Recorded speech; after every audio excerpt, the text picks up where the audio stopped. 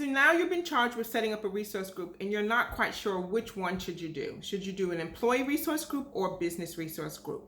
So I've talked about in another video on what a resource group was and how to set up a charter.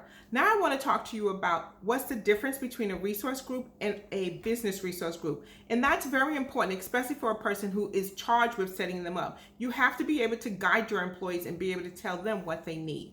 So an employee resource group is basically really focused on the employee itself, helping them to develop their skills, their knowledge, helping them to be a better employee so they can have more promotions. It's really focused on them and their career path and helping them to feel inclusive. Where a business resource group is more outwardly focused on the organization and things that the group can do to support the organization in their goals.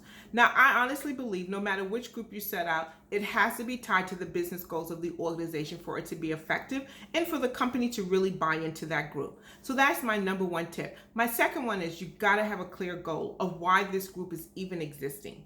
And so it's not enough just for you to all have the same desire or some familiarity or something similar that you're coming together, that we all are very concerned about the environment, but you have to have a clear goal of why this group is so different than any other group and why it exists. And the third thing is that you need to have this group tied to organizational goals. And whether it's an employee group or a business resource group, tie the goals to what's happening in the organization so it can actually be more effective. So those are my tips on the difference between a business resource group and an employee resource group. I'd like to hear from you. What are your ideas on what's the difference? Let them in the comments. We would love to have you engaged.